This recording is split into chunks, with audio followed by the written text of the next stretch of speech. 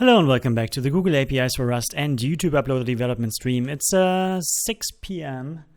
and there's still some stuff to be done. First of all, I found a bug, I think, in the token reader because it doesn't work with IO copy, which kind of makes the faster code that I have put here break the entire operation. And that, of course, can't be, right? That's something we want to fix right away. And secondly, I want to implement the null value filtering for the pretty printing of the CLI so that it will look better when you actually search for values, for instance. And this is something that Eric T helped us with. I will talk about that a bit more when it's time. And for now, let's just try to figure out this one and do so real fast. So I think the first thing I would want to try is to have a look at this, because here we kind of read it byte by byte, and I was obviously falsely assuming that if this works on a byte by byte basis, it will work in any case. But that was very wrong. Token reader new. Yeah, so the where's the lexer that we create? That's the reader. New filter. There's a little helper that creates one of these filters with the lexer and the given buffer type. Okay, good. So what about us creating one more of these and then we copy it into a cursor and see what comes out of there? So we do that again, because that will copy kind of big chunks at once. And maybe, because what we provide here when we try to send something like this, we have a very small set of JSON data, which definitely fits into one buffer. And this is kind of what we have here, but still this doesn't work. So you might be able to reproduce this issue even with a small data set like this. If not, we will have a bigger test. But for now, I will try to go with that. We also want to have a cursor now. And that's the destination. Let dst be a cursor. New from a vec. I don't care about the capacity. And of course, I want to have self now because I would like to do IO copy. IO copy, and we go from source to destination. Source is the reader, destination is this. We always want to have mutable guys here like that, and we expect this to be working actually. And now I would like to have my vector back and maybe collect it into a string or something, so that I can compare it with my original source. Oh no, wait. Yeah, but I want to have my vector back anyway. Let's see, can I convert a cursor into its inner thing? I think I can, into inner, huh? You have that. I think I remember that, into inner, there it is. So that's what we do. And then we can basically do the assert equal here. We consume our freshly made destination, dst into inner. This gives us the vector that is contained within. It's a bunch of u8, I think. And we say this works. And then we compare it with want, and that should work. But I hope it doesn't, because this means we have reproduced the issue. Cargo test lexer filters. Cool. So left is some nonsense. Look at that, man. That's amazing. And right is just true. So it's kind of parts of it only. And the problem obviously lies here somewhere. So that's the while BL, right? And what's BL? I think BL is a large number, like 65,000. Okay, we can also put this at first here so that we don't see the other stuff coming in our way. Vec new buff Okay, I need this here, so I think we can just go here with our copy test. Yeah, because this is actually something we haven't tested, and I knew it, but I thought, well, it's probably working. Well, guess again. It's not working. And it's totally scrambled. That's the weird thing. And also, like, null, where's this null coming from? And dash u and stuff. Maybe this is uninitialized memory or something. Does it change if I initialize my vector with capacity and say, well, you are as big as the source, which is source lang, which is similar to the code that I have in the Google APIs RS? That doesn't change it. That's good. So the thing is, this is too big and we can't fill the buffer, right? And we go through, and this goes down and down and down, and eventually we stop. But I think we handled this incorrectly anyway. So that's the buffering minus the bytes we have produced. So now the buffer is depleted. What's the count of items we get? We should get, well, it depends. A few ones at least. And maybe the span stuff isn't working either, but well, it is working. It has been working before. This is what we are testing here. So yeah, this is definitely working.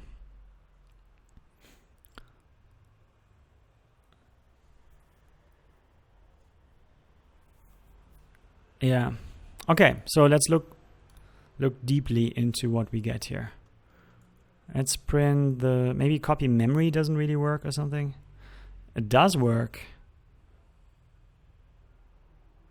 If BTC is smaller than bytes, so the remaining stuff, bytes to copy. What's bytes to copy? So BL is this. And bytes to copy should always be smaller bytes.lang. What's bytes? Oh, that's the bytes we get. So if we didn't copy all the bytes into the destination buffer, oh, there's no offset. We override ourselves all the time. So where's the offset here? Nowhere. And buff, where's buff coming from? That's our normal buffer. Copy memory, it's yeah, so I think what we want to do here is offset it a bit, because we are overriding this. So bytes left, yeah, I think that could be our offset.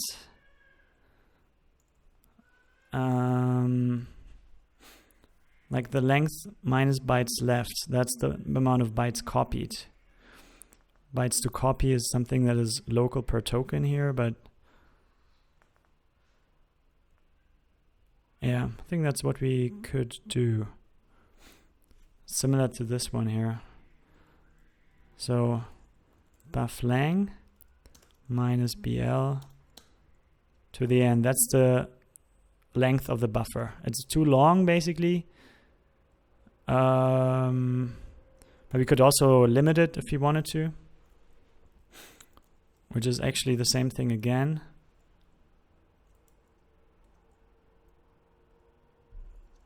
Plus BTC.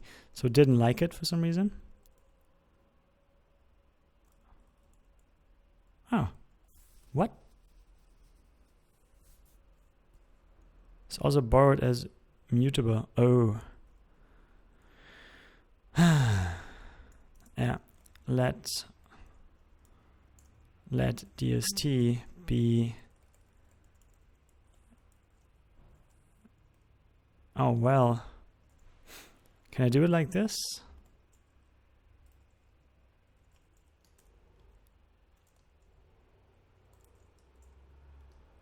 And this now doesn't, like this maybe? No. type U. Yeah, sure, we have to borrow this.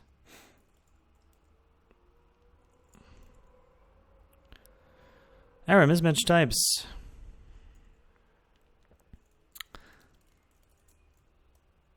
Yeah. So can I make this mud and it will work then? Or is it the problem that this actually, the same thing that I had before? Kind of. Let O of S be, let's at least get that here.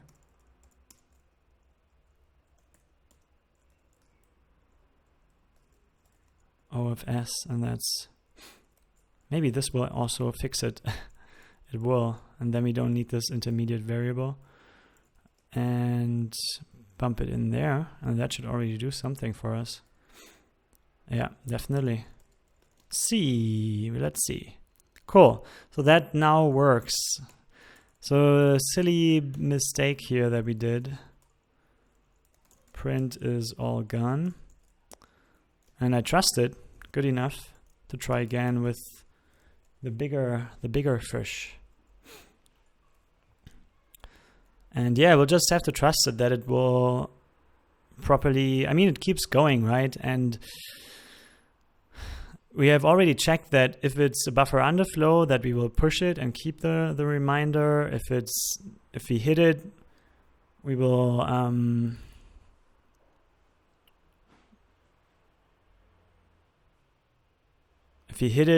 will return after keeping the reminder.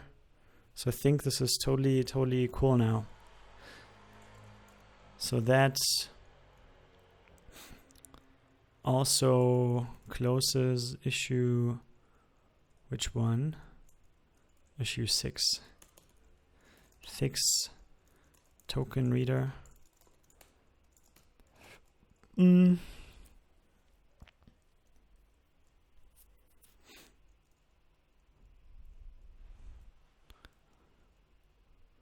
Handle, yeah. What do we do technically? Offset handling for target buffer. Offset math for target buffer. Previously, we would keep writing the first bytes of our buffer, of our destination buffer, as we wouldn't compute any offset at all. Now we produce slices of exactly the right size and could verify that this is working. Awesome. Closes 6. Now we prepare a new release right away. Patch release. Thank you. Also, I can use clog to give me a changelog update, which is, that's the beauty of clog. Boom. And I think now that I have it figured out, I'm totally happy with it. That's chore version up. Set v 0.0.1. Boom. Nothing more to say about that. And then we go with the cargo with the publish line, except for, not to forget, set the right tag and republish. Cool. I'm quite happy with that. Let's rebuild this guy. I should have done that earlier, I guess, because that will be about 3 minutes. Let's look at the code again. Google RS. The code has been fine before. I think groups migration. No, email, admin, email admin lib. Admin email lib? I think that's the one. Here we have this IO copy somewhere. And that's the code. Yeah. I'd also kind of like to get rid of this json-tools stuff. We could have that. We could say if request value, just to make it more readable. Up here there are the uses. Yeah. And that's what we want to have. If request value, and if, let me use it locally here in this method right here, which is pretty cool to have, because that way you don't clutter your global namespace or your module level namespace. Use json-tools. What do we need? We need a token reader. We need a lexer. We need a buffer type. We need a token type. Yeah. json-tools, and then a filter typed key value pairs we need as well. And that's it. I think now I should be able to get rid of all these mentions, which kind of make it harder, much harder to read what we are about to do here. Nice. That's much better. Let's just make admin email migration. Yeah, that guy. Debug auth is not necessary. I just want to build it.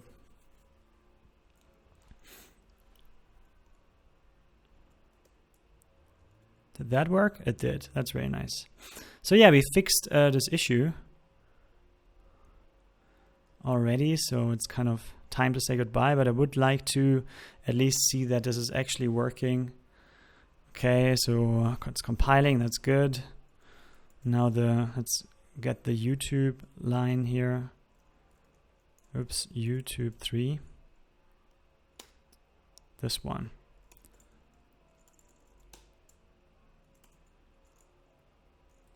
So that's the kind of file we would want to do once this is done.